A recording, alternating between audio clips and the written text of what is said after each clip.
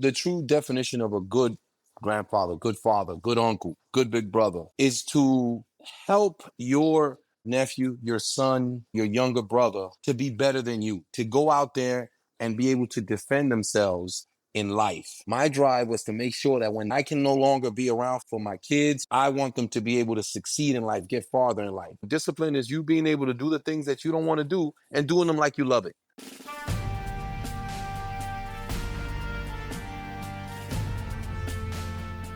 Welcome to Like Father, Like Son, the podcast where two generations come together to talk legacy, life lessons, and what it really means to be a man in today's world, because we know today is crazy. I'm your host, Keith Ledesma, with my pops, Shea Ledesma. Together, we are going to dive in to honest conversations. You got to really think about the honest conversations about manhood, family, and current events, and everything in between. So, without further ado, let's get into it.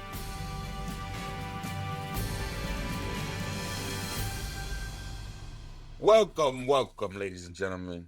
This is the Like Father, Like Son podcast. I am your host, Keith Ledesma, and my co-host, as always, the Mufasa of this whole situation, Shea Ledesma.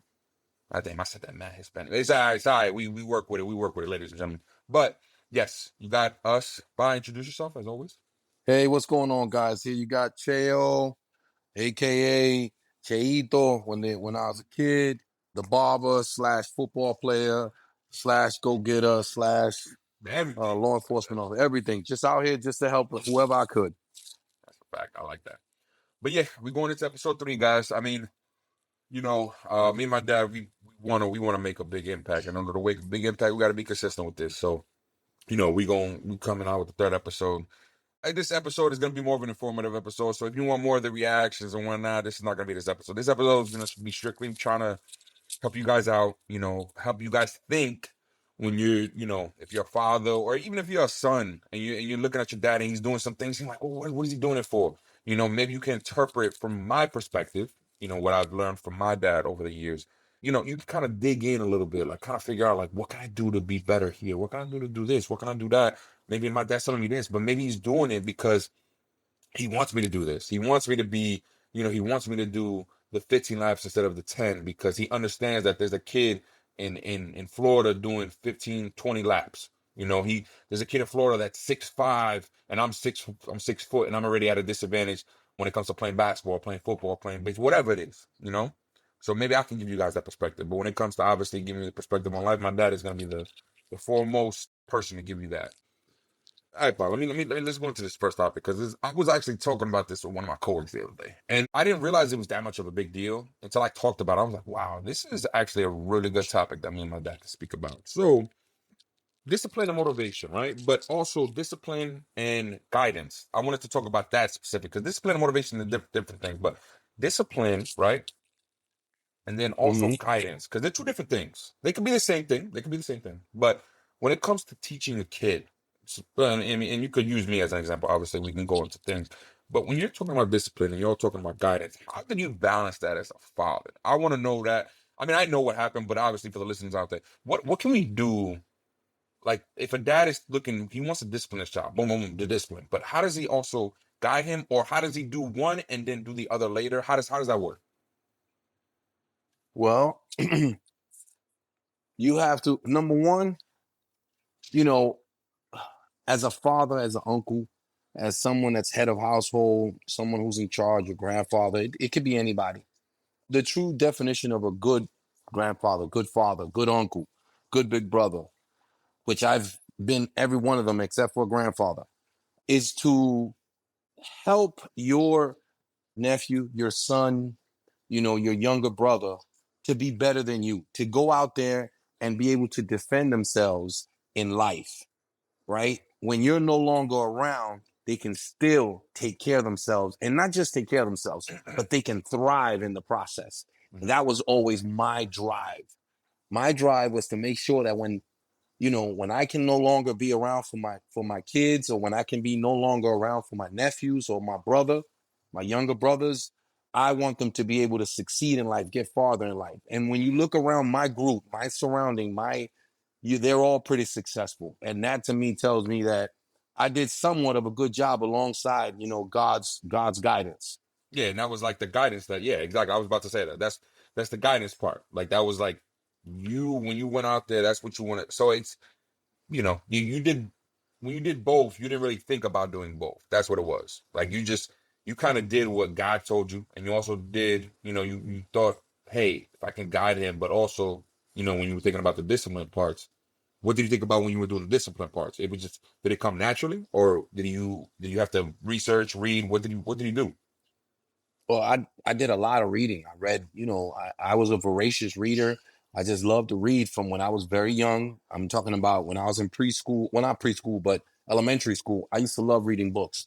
The desire to read gave me a little bit more of an advantage over kids that really weren't reading.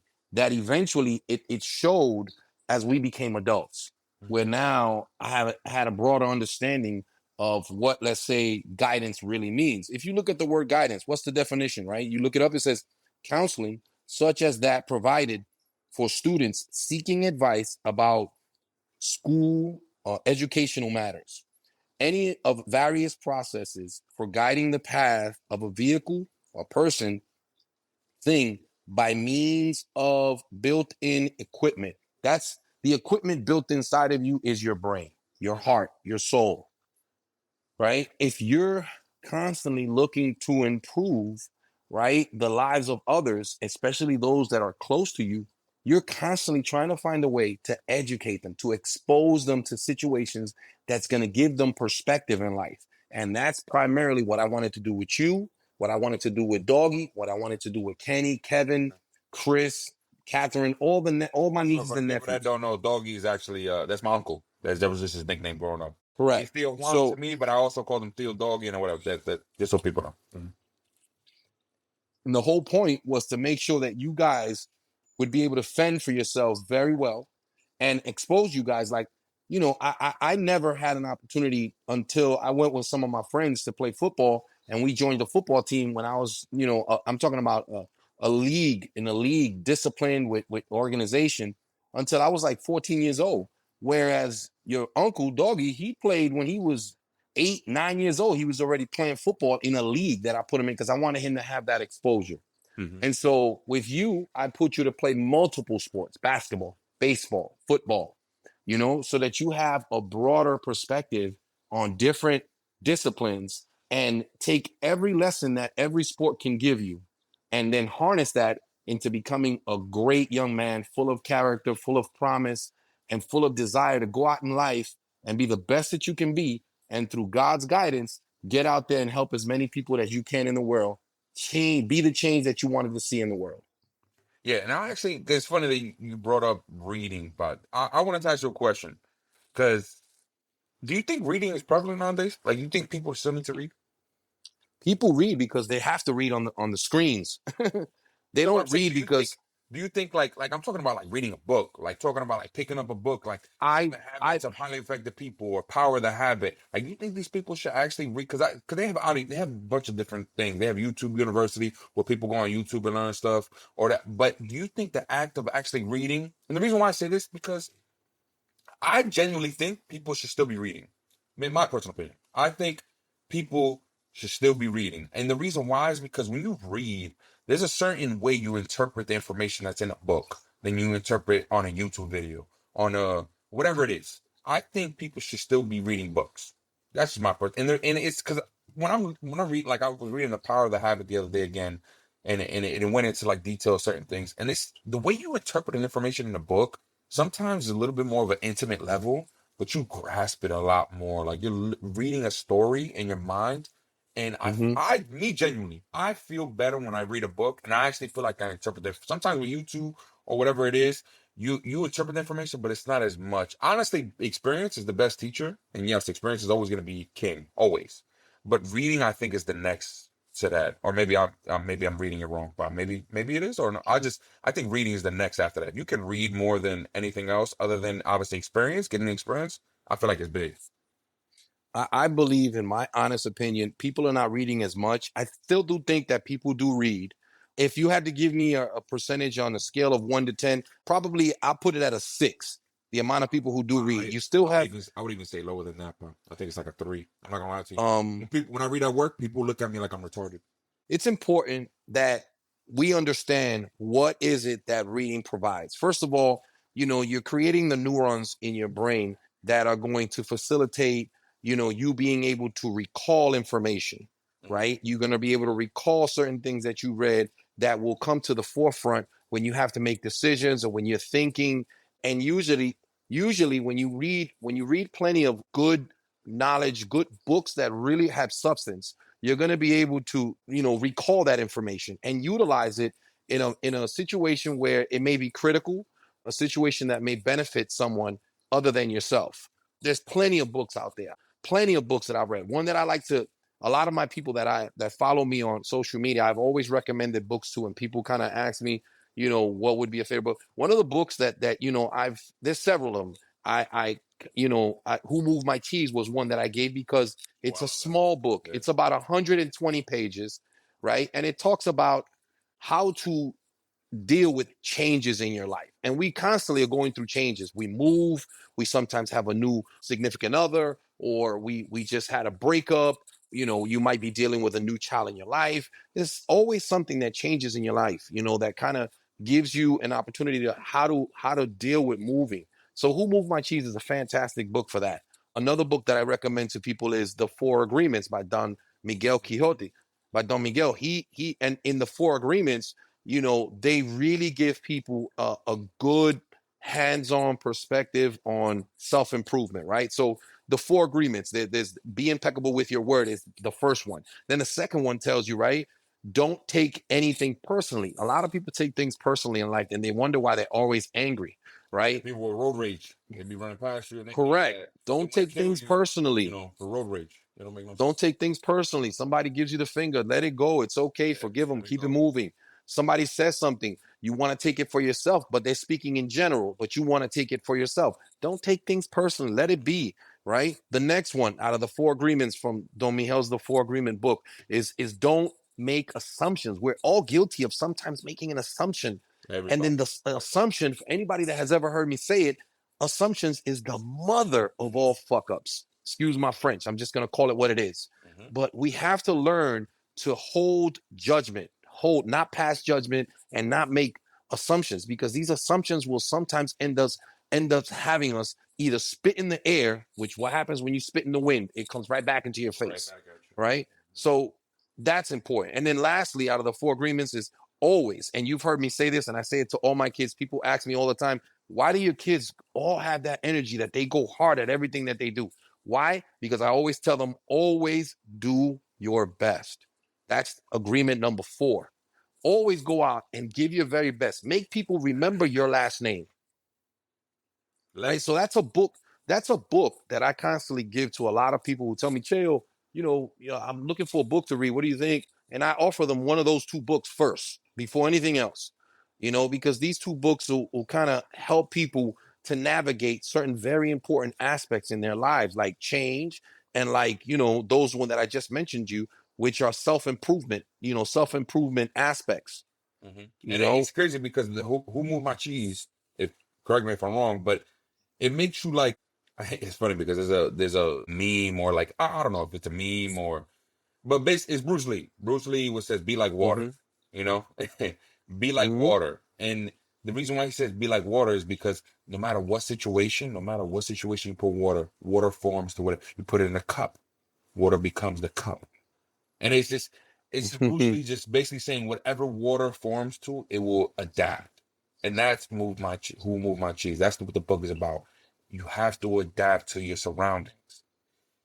You got You people have to that be say, able to man, take change. yeah, you have to. Okay, we could whine about it. Oh, and then he crying on. No, we have to adapt, man. I mean, if they're trying to say people do this, they say gentrify and all this, like they trying to. No, we got to fight back. You think they really coming into the neighborhood and they trying to? Okay, let's fight. Let's do what we need to do. Let's make money, right? As Hispanics, as Yes, Dominicans, let's go in there, make the money, and help our people out. But the thing is, you don't have that absolutely. enough. People are trying to, we're trying to, I get it. People want to fight, they want to help people out. That's fine. I get it. But we got to do more. You can't just say, We can't just whine to the higher people up top. We gotta go out there and make money. We gotta figure out, like me and you, figuring out this podcast and stuff, right? Yep. Figuring out YouTube, we got to figure out what they figuring out. Because, right, they say they have an unfair advantage. There's this systematic racism. That's fine. Hey, if they, and we could go into a rabbit hole with this, pa. Like when it comes to systems, I get it. When people say that there's systematic racism, and it's a tough topic to talk about. And the reason why I want to harp on it just a little bit is because I understand what you guys are talking about and when we're Hmm. talking about the topic as far as legacy and all this, we have to talk about it because I understand where you guys are coming from. You say white people have been here for a while, and black and Hispanic people I get it. I get it entirely, guys. I get it. I just want you guys to understand we need to work to get where you say supposed white people are, right? We need to get there, Hmm. right? But we don't get there Absolutely. by whining about it. We get there by putting in the work, getting into these banks, getting into these houses, real estate, we have to get into these people. We have to get into these environments, right? We got to play the part to get in there to help our people. But how do we get there? We don't get there just by whining, right? No, we get in there by putting the work. We need to get into these atmospheres and not be afraid to get in there. Let's get in there. Let's box with these. Let's be Muhammad Ali and these people. Let's get in there. Let's work. Work Let's ethic. work. Work Let's work. ethic. Let's Yes. work. Let's work at it. And the way we work at it, we gotta read Who Moved My Cheese. We gotta read the Four Agreements. You know why? Because these people doing it, right? They doing it. That's They reading these books. They reading these books that my father's telling you right now. They getting ahead of us. But the way they're getting ahead of us is because they're doing things that we won't do. So we got to start now. And that's the reason why me and my dad is doing this podcast. We're trying to tell y'all. You think there's systematic racism? It's not. It's not. I'm telling you, what it is that they just got a head start. But being Hispanics, we got work ethic. You know why? Because we in the gutter right now, but we gonna get it. yeah. We We gonna got work and we gonna put in this work. we have Hispanics traditionally. I mean, you got some that are lazy, but like in every ethnicity. It's But every everywhere about, yeah. for the most part, Latinos are known for being hard workers. We will work Absolutely. hard. We don't mind sweating. So that's important. But like we said, we basically just telling people there's plenty of books you start off reading. There's plenty of books to read, but I just give those two as a startup because they're not as complicated to read, but they're very informative on what they kind of illustrate and what they try to give the people who pick up those books. Hmm. There's plenty of other books that I can recommend to people, but I wait for them to have kind of like a little bit better ground with what they start with. Like, let's say these two books, and then I'll get them going with other books. Like, I could suggest, the Seven Habits of Highly Effective People. That's another Hmm. pretty good book too. Power of the habit is a good one too. Yeah. But the thing You is, know what they I'm won't saying? understand it, like you say, and they won't understand it until they read Who Moved My Cheese or the Four Agreements, because they won't understand those books, so they read those. That's the reason why he said those two. Correct. So, I mean, for the most part, like I said, we just got to have the discipline. What is discipline? Discipline is you being able to do the things that you don't want to do and doing them like you love it. Mhm. Discipline means getting up, and even though you don't want to, you're gonna get up and get it done. Bro, Whether what you whether used to say to me? Delay, was what? delay gratification. If you want to be Yes. great in life and you want to do what you need to do, my dad told me from shit. Excuse my French, bro. But I don't know. What age was it? I remember this shit like it was. It had to have been. I mean, I was like 6 years old. Delayed gratification, delayed gratification, delay. I was like, I don't know what the hell this means. But then when I get older, Hmm. and I understand what gratification is, because it's pushed through us through Instagram, and like, basically when you get that dopamine hit while you're on Instagram, you're looking at these females or whatever, or you looking at these people making all this money, right? Or you on YouTube and you see these people playing games and they're making money, right? All that instant gratification in your mind is good. It's all right, whatever, boom. But you need to understand that it's not good for your mind, because where the mind excels is in the delayed gratification. We all know David Goggins, right? We all know that we have to go through a period of discomfort. We need to go through uncomfortable things, because you need to make the uncomfortable comfortable. I'm gonna say that again, right, Pa? I'm gonna say that again. Yep. Say it You again. need to make the uncomfortable comfortable. And the reason why I say that is because you're gonna go through stuff. You're gonna work out, do push-ups. You're gonna do 10 push-ups. Then you could do 20. Then you could do 50. Then you could do 100. Right? But you need to make 100 comfortable. So how do I make 100 comfortable? You gotta do 10. Then you gotta do 20. Then you gotta do 50. You know? What happens? That is the form of delayed gratification. Because you know if I do 10 right now, I'm eventually get to 100. If I do 20 now, I eventually get to 100. I do 50 now, I eventually get to 100. But you have to understand that's delayed gratification. My dad told me that from young. Absolutely. Young. Right, Bob? From young, man. From young, we was preaching that shit to you. He said, on the block, we just doing 10 push-ups, 20 push-ups. I'm like, why does he make me do push-ups? And now I realize it. Because I'd be in the gym and I'd be like, no, I'm not gonna do 150. I'm gonna do 230. I'm gonna do 300, you know? And I'm like, why am I doing 300? Why do I want to do 300 pounds right now? I'm bench, and I haven't really worked out like that. But I hear my dad in the background. He's telling me, stop being a B word, let's get it. Ah, just and you gotta trick your mind like that. You have to. You gotta think You about have the to, man. You have to. right, Pop? 100%. 100%. The more we constantly, the more we constantly understanding that, a man that indulges in comfort, there's plenty of guys out there, man. They indulge in comfort. They usually are not, you know, growing the soul, growing the inner aspect of that man, growing the character of that man. So that's why delayed gratification comes in play, because gratification, right? Usually, when you talk about gratification, it's usually an external source. It's not something from within, unless it's something like I would say, what, like, you get pleasure out of being with a significant other, and you go bust a nut, or you go and, let's say, and you eat something, right? And you feel now you're satisfied, you're gratified. Yeah. Yeah, you feel gratified. No, I'm talking about growing as a man. I'm talking about growing in philosophy, growing as in aspects that build the character of yourself, that one day, right, is seen by others as this magnificent virtue that you've developed. That is what we talk about when we talk about pursuing true gratification in the end. And that's why you delay gratification. This is what you're talking about the work ethic, right, bro? The work ethic. This is where the work ethic comes in. You put in the work, and guess what happens when you put in the work? Guess what happens? That's the delayed gratification. You know that if you go and you eat this hamburger or this delicious French fries from McDonald's, it's good, right? But what happens a couple hours later? You're like, damn, I shouldn't have ate that, right? And I mean, it's crazy because I used to go. So if everybody that knows me, we grew up on 136th Street. So they used to have this store called Bus Stop, right? I couldn't go into Bus Stop and get a burger because my dad told him, because he knew I like burgers. But he told him, he said, if you give my son a burger, I'll find out. So this little corner spot, it's like a diner type stuff. You go in there and they have the burgers there ready. They frying the burgers, they frying the fries and all that. And I would go in there. These people look at me. Can I get a burger with fries? Oh yeah, sure. Right. And they would play it along. They would be like, "Oh, well, come and I'll give you a burger." I come out, and guess what they give me? White rice, barbecue chicken, and beans. Yo, these people, they were like, yeah, you chill, son. We know what you want. You need the fuel. And it's funny because now looking back at it, I didn't know for the longest time you was telling them, if you give my son a burger, we're gonna have problems.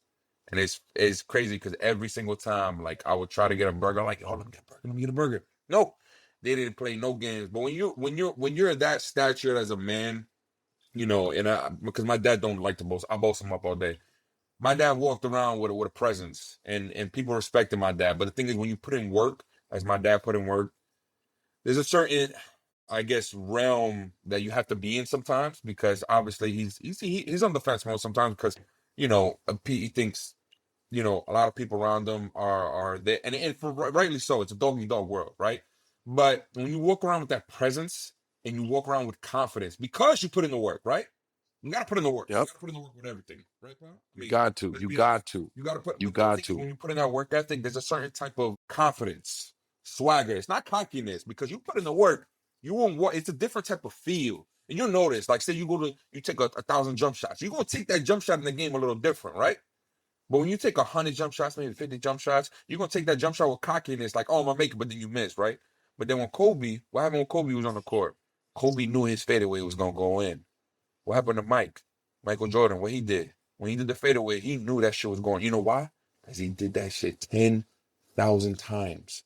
That's what we're trying to get at when we talk about things when it comes to delayed gratification.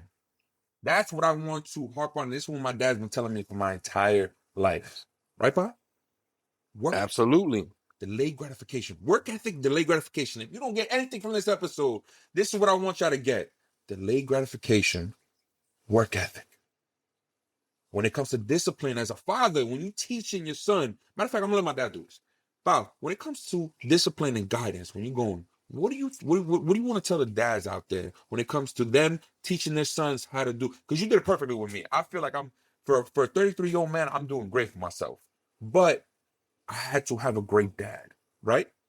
So please tell them when it comes to teaching your son how to do delayed gratification and also work ethic, but also giving them the discipline and guidance at the same time. What's the best way to do it? You asking me? Yeah, yeah. I'm telling you, tell them, Pop. Give them the sauce. They need the sauce. They need the sauce from Taylor Desmond. I need you to give them the sauce. The source on basically Hey, you said sauce. I said sauce, but I like the the sazon. You know, sauce. you give them the sauce. You know what I'm saying? Pa, give them. They need it, because you know what it is. There's a lot of fathers out there. I'm telling you, pa, they ain't fathers out there like you no more. I'm telling you. And I'm not saying that to boost you up, but they ain't out there, pa. I'm looking at these dads and they just throwing their sons out there in the gang world and all this other shit, and just say, hey, you know, we'll see what happens. No, you can't see what happens. You can't. You can't. If No, my it's not dad did like that, that. I would have been doing. I can't say it because I work for the government, but you know, doing it's stupid shit. Let's just say that stupid shit. Let's be honest. You know what I mean? So as a father, you can't be doing that. You got to teach your son work. You know what I mean? But I tell him work ethic, delayed gratification. What was the? How did you teach me that? Well, I taught you basically by giving you the example. You saw me all the time in the barbershop, and yet Mhm. you still saw me come to your basketball games. You saw me in the That's great. barbershop, and yet you still saw me go early to go warm you guys up to go play a baseball game. Mhm. And then you would see me go back to the barbershop, and then I had to come back and take you to another league to play baseball. So you were constantly seeing the father that had went and knew he had to make money. I had to be responsible to my customers, but yet I had time. I took the time to be there to develop my son and develop my nephews, give them exposure. I didn't want you Mhm. guys. I knew what a coach was going to do if I just let any coach you, right? They're gonna put you guys probably because they have their favorites to bat seventh, eighth, ninth. I know if I had you guys good enough to bat at the top of the order, and because y'all playing for me, y'all gonna bat there. You're gonna have more opportunities to get more at bats, right? If I gave you guys the opportunity to play different bases and to pitch, then you're gonna have you guys. You played Keith. You played every position on the field. That's You facts. I played did. catcher. I did. You pitched. You played first base. You played center field. You played third base. You played shortstop. You played everywhere. But you know what's So crazy, Pa? you I gotta. wanted to keep that thought. You know why I wanted to? Because, oof, Pa, I just want to tell people this. The reason why, as a father, you want to harp on this, and I'm saying this from a son's perspective. If I didn't bat third or fourth on a team, oh my God, I would lose I would lose, excuse my French, I would lose my shit. If I'm not batting third or fourth or fifth on a team, because I grew up so, but you have to get your son in the mode where if he's not the shooting guard, or if he's not somebody that's scoring 30 points on a team, he's mad. He is mad. And that's how you want, because you know why? When your son, when I was thinking like that, and I was like, I'm not batting third or fourth, I gotta go do long toss, Bob. I gotta go do, you know why? Because I need to gun somebody out from right field to third base, or from right field to home plate. I need them to put me third because I need to be hitting shots every day. And I felt disrespected when I wasn't batting third or fourth or fifth. And Yeah, then my beat, pal. You have to keep going what you're doing. Oh, go ahead. You were saying. I want to tell the kids that because you need to feel disrespected. And in the fathers, when you put your son in this position, like he's the shooting guard, shooting a whole bunch of these baskets, right? And he getting like 20, 30 a game, right? Or he in baseball and he's batting third or fourth, or he's on the soccer field and he's doing whatever he needs to do. I don't know how soccer, you know soccer more than me. I don't know. But like when they're not in those primal positions, right? Those positions that are essential to a team, right? The kids gotta feel disrespected, right? They gotta feel mad. Like, why I ain't batting third or fourth, right? Or why I ain't batting first or second? Like, why I'm not in a pivotal position? And then like when I was a kid and I wasn't batting third, it was an issue. When I wasn't batting, it was an issue. If I ain't playing center field, shortstop, or catcher or pitcher, it's an issue, right?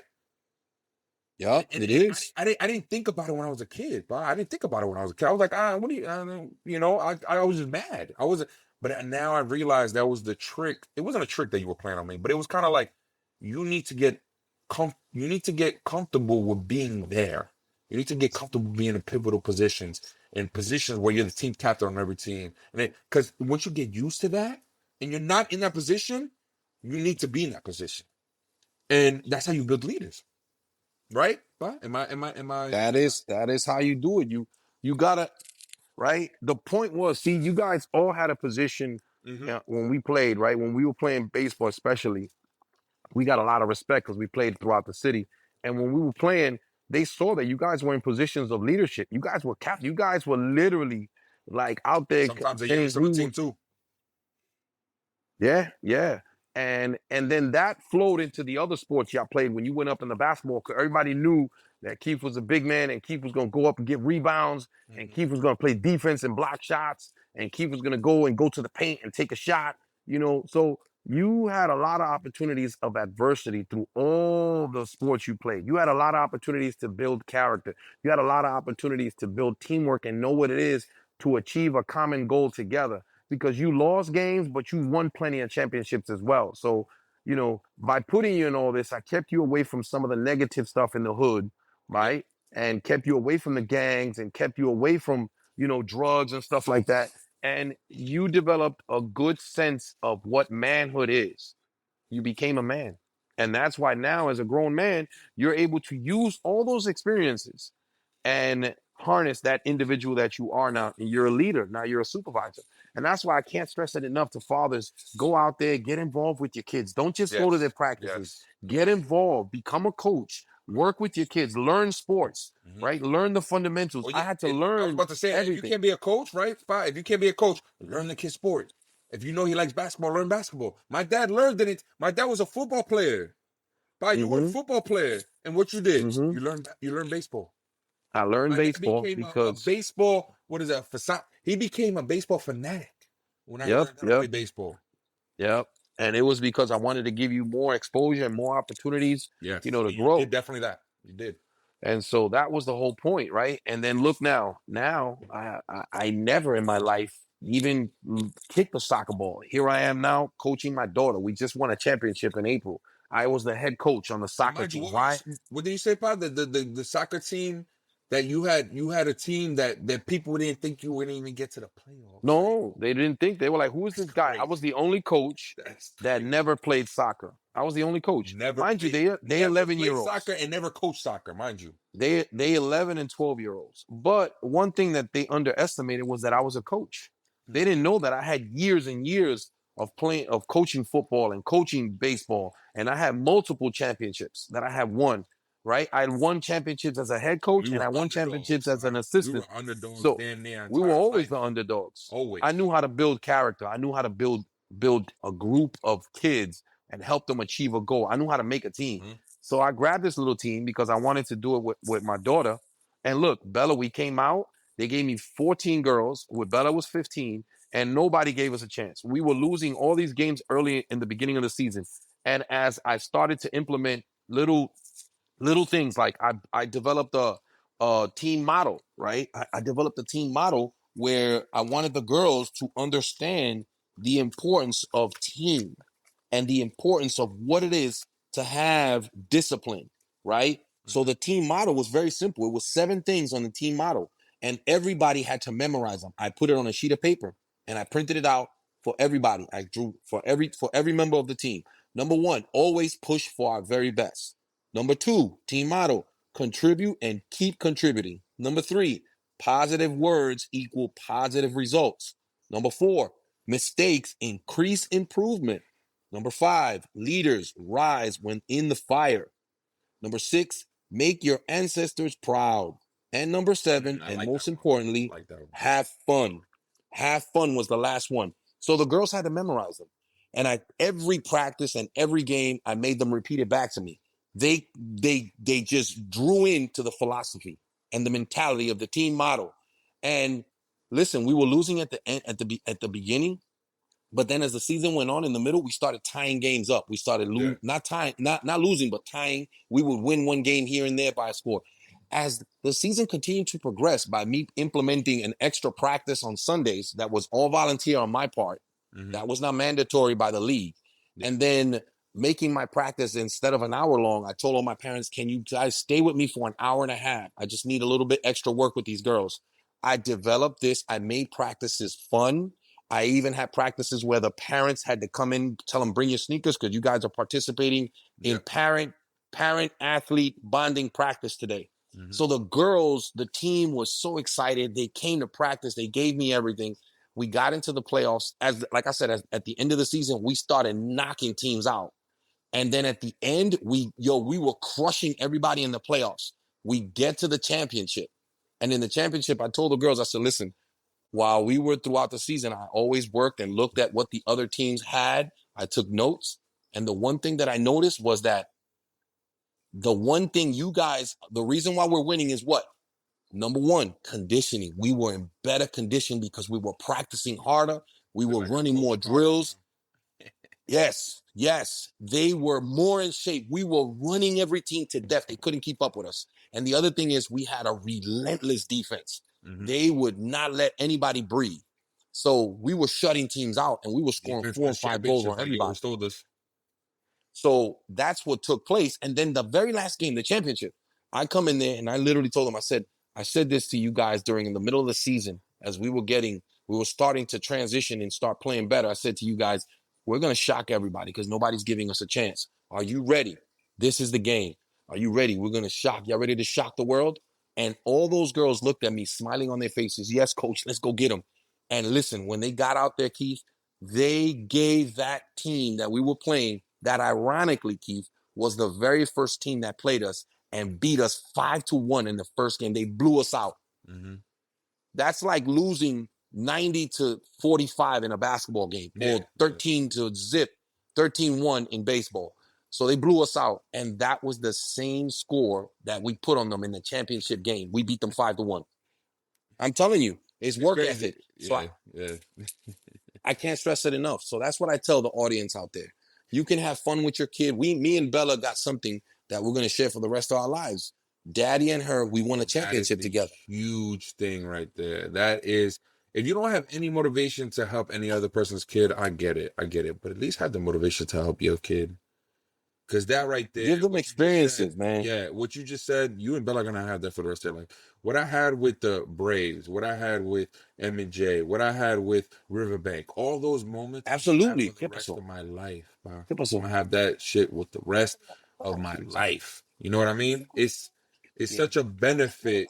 I mean, when we're talking about fathers and even mothers, we could talk about mothers too, because mothers deserve their place here too, because they play a pivotal part as well. You know, obviously our crowd is going to be more fathers, but you know, any figure in the guardian in somebody's life. I mean, this is what we're talking about, man. You know, just instill that work ethic in whatever child. Just instill, you know, the delayed gratification. Like, hey, you're gonna work for it now. You're not gonna see the immediate results for what we're trying to get, right? And then when you're trying to teach them, sometimes you teach them discipline, you know, like my dad always told me, teach you like the hard truth, like, hey, you need to do 15 laps if that he's doing 10, right?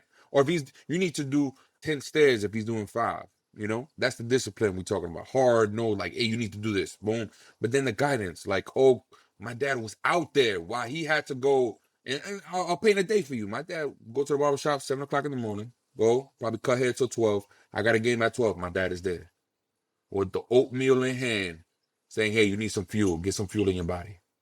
with a gallon of water and Gatorade, right? That's what I'm telling you about your Absolutely. fathers. Is this what I need to do?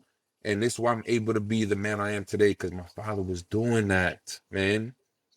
Those little things every single day out there in the game, right back to the barbershop, right when he was done, right when I was done with that game. And then boom, he's going to my basketball game at 5 o'clock after he's done. Granted, every kid can't, every father can't do that, right? But you can get off at 5 o'clock, right? Or whenever you're on your days off and you want to go and have a beer with your friends or nothing like that, but you got a kid. I'm gonna be honest with you. I know you want to have your beer with your friends, but guess what? If you go to your kid's game, guess what happens? He's gonna appreciate that. He's gonna remember that. That's what we're talking about, the work ethic and delayed gratification. You want to have that beer with your friends, but you got a kid, man. Go shoot some hoops with him. My dad didn't even really like basketball like that, but I tell you one thing: when I wanted to get a better jump shot, where was he? On the basketball court, passing me the ball and rebounding the ball for me when I could take my jump shots. I was fortunate Absolutely, enough. man. I was fortunate enough that I had a great father. I was fortunate. A lot of kids I know ain't like that, and that's the reason why me and my dad got this podcast. Because there ain't a Yeah, lot we of kids just out there that got that, right, Pop? we just trying to the purpose of this podcast is just to share our experience, is to Mm-hmm. to give shed light on other people so they can look at, because I can look up and down at people that I grew up with, that grew up under, coming, that were my boys and family members that became better fathers, and they always give me the credit. They always come out and say, "Yo, chill, thank you, man." Like the talks in the barbershop and just watching you with Keith, every time in the night. Like sometimes we come to the barbershop and you wouldn't be there. Well, where's Chael? He's with his son. They went to play a game, whatever. Mm-hmm. I mean, for people to always recognize me as a good dad, I have a lot of people that come out and say, "Yo, man, listen, Not a good dad, a Chael, great dad. I just want to put that out there so people understand that. you Great dad. that people speak, and I'm very grateful and humble for the way people speak, but I did it out of my heart, and I would share that information. So that's the purpose of this podcast, is to go out and share topics with people about life. They can always chime in and give us messages if they want us to give them something particular about what they may be going through. We're always willing, either Keith or myself, to give you the dad and son perspective Mm-hmm. on how Keith saw my views on why I was the way I was with him, especially now in retrospect, now that he's a man. Keith can give you some perspective on how it was growing up with a father like me, that was like, I had my foot on his neck, Mm-hmm. but it was for his best interest. And today you see the results. He's a stand-up gentleman. Everywhere he goes, people, they appeal to him because of his work ethics and because of his character, his charm. He's a very articulate, because he also developed that ability that he loves to read books the same way his dad was. And this has helped him a lot. So that's what we share with this podcast. It's just trying to come out here and give everybody, share, like broaden, because a lot of the people that grew up around us, Keith, have benefited from me and you. So Exactly. now, That's the what main we're, reason why we're doing this podcast, because there's a lot of because we want to benefits. broaden that, Exactly. We want to broaden that. the audience. Exactly. We want to not just impact people, obviously, in the New York area. We want to, in the Florida area, wherever we've been, me being overseas, but we want to tell everybody, because there's fathers everywhere. I mean, I've seen great fathers in Afghanistan. I've seen great fathers in Syria. I've seen great fathers. I mean, I'm doing my job overseas I'm doing surveillance, and when I see fathers replaster in their house, and the thing is, people don't realize when you're overseas. Like I do government contracting now, and I was overseas when I was in the military and whatnot. You see stuff that we take for granted. These people, when they have rainstorms, Bob, they have to replaster their entire house after a rainstorm. Imagine, Bob, we have to do that, right? We take stuff for Mm-hmm. granted over here. You tell me, we got to be grateful. And it's the reason why we got to be grateful. You know why? Because there's people that Mm-hmm. are overseas that got to replaster their entire house after a rainstorm. We have snowstorms in New York, and we don't got to replaster our house. But we mad because we got to go to work. At least we can go to work. At least we got a train station there to take us to work, right? But these dudes got to replaster their house Exactly. after a rainstorm, and that's why that's the whole point of us, and my dad's gonna reiterate that all the time. We just want y'all. We want y'all to be better, man. I mean, it's simple. We just trying to get everybody better. My dad's been doing this for so long.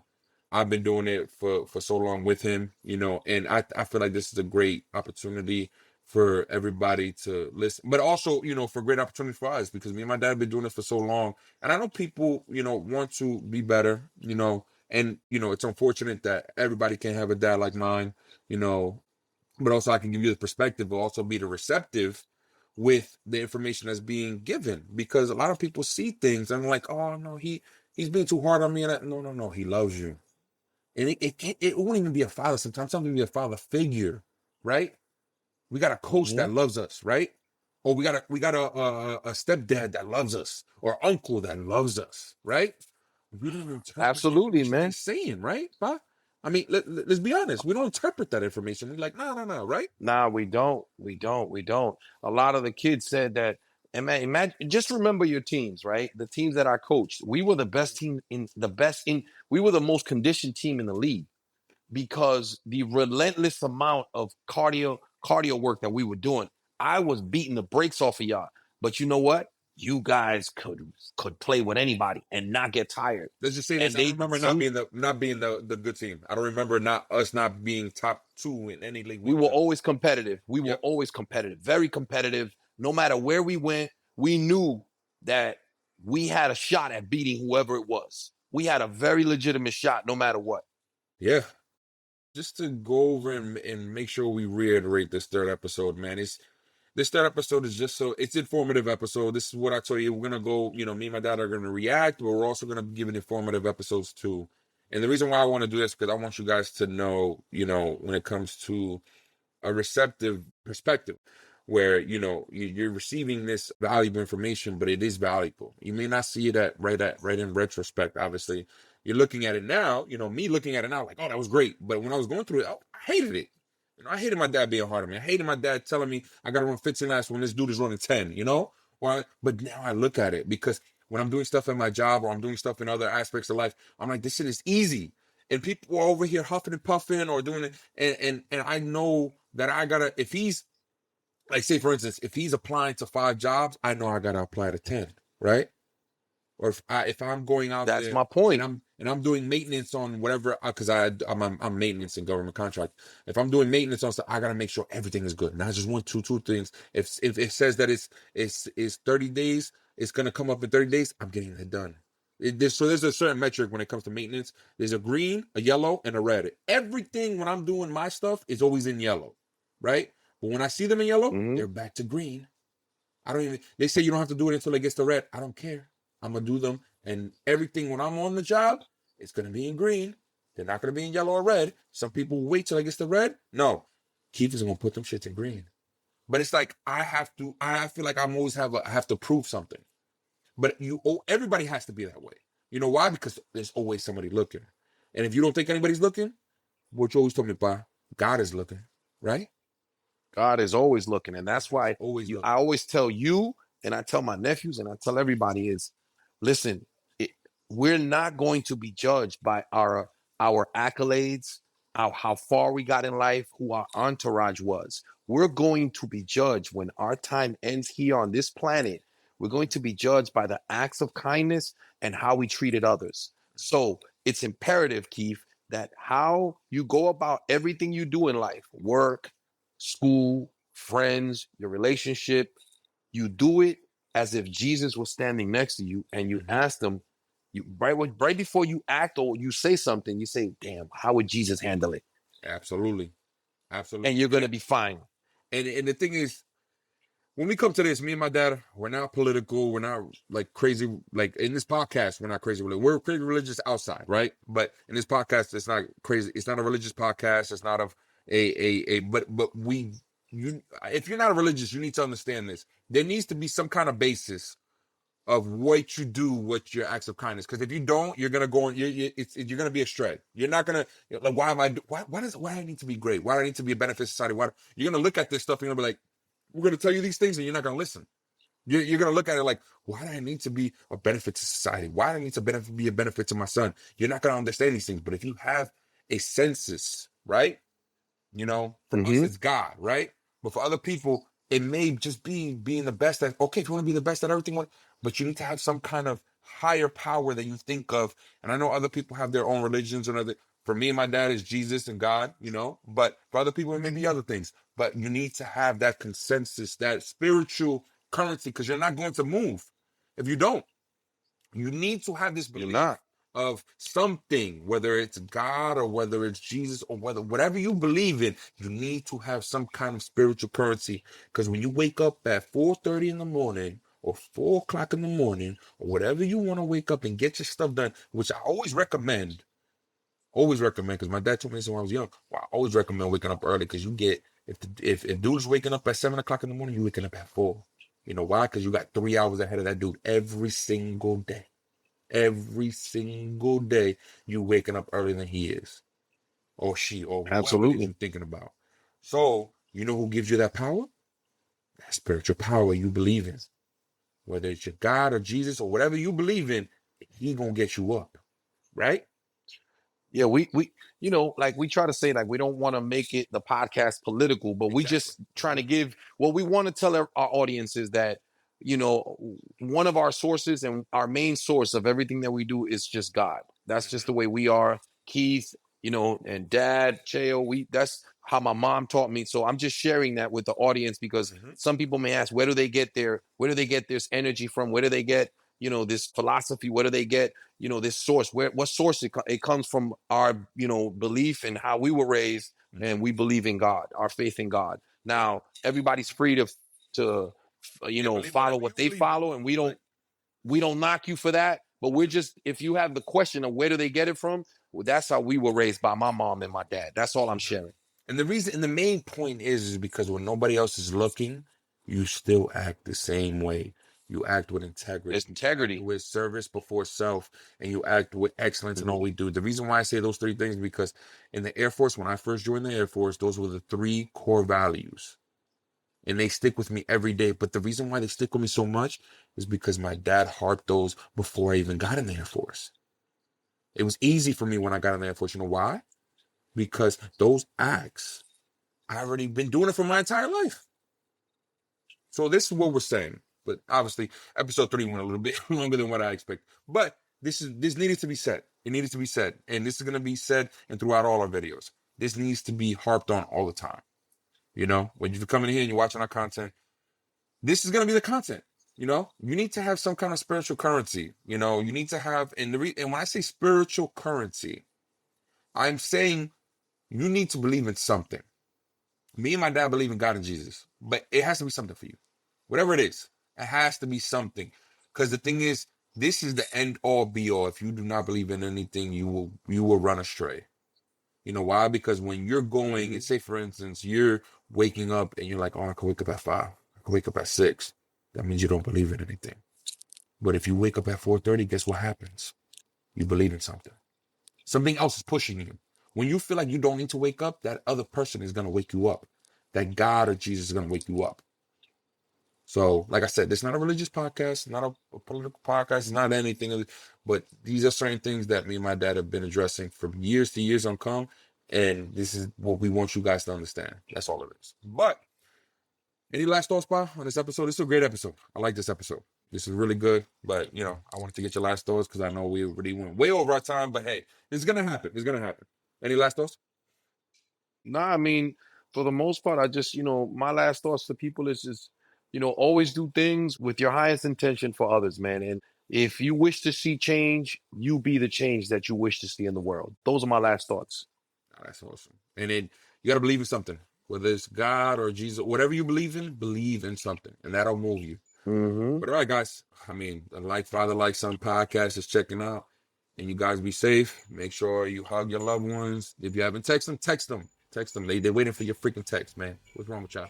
Text your loved ones. Text your dad. You haven't texted your dad in a while. Tell them you love them. All right? Chell and Keith are out. Hey guys, thanks for tuning in to the Like Father, Like Son podcast. If you enjoyed the conversation, make sure to follow, share, and leave a review. We got new episodes dropping every week from now on, and we'll be back soon with more real talk. Until next time, honor your legacy and make sure you build your future.